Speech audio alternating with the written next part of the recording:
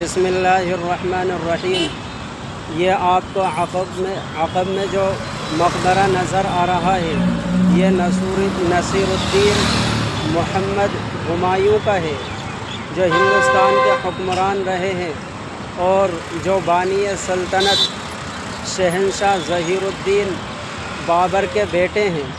लिहाजा हुमायूं ने अरबी, फ़ारसी, तुर्की ज़बान में तालीम हासिल की। उसको इल्म नुजूम, मंतिक, फ़लसफ़ा, हिसाब, ख़ास तौर पर इन उलूम से बड़ी दिलचस्पी थी।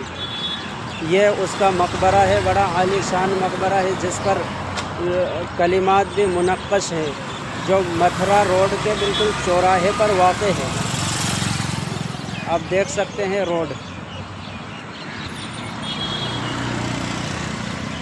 बिल्कुल रोड पर वाक़ है।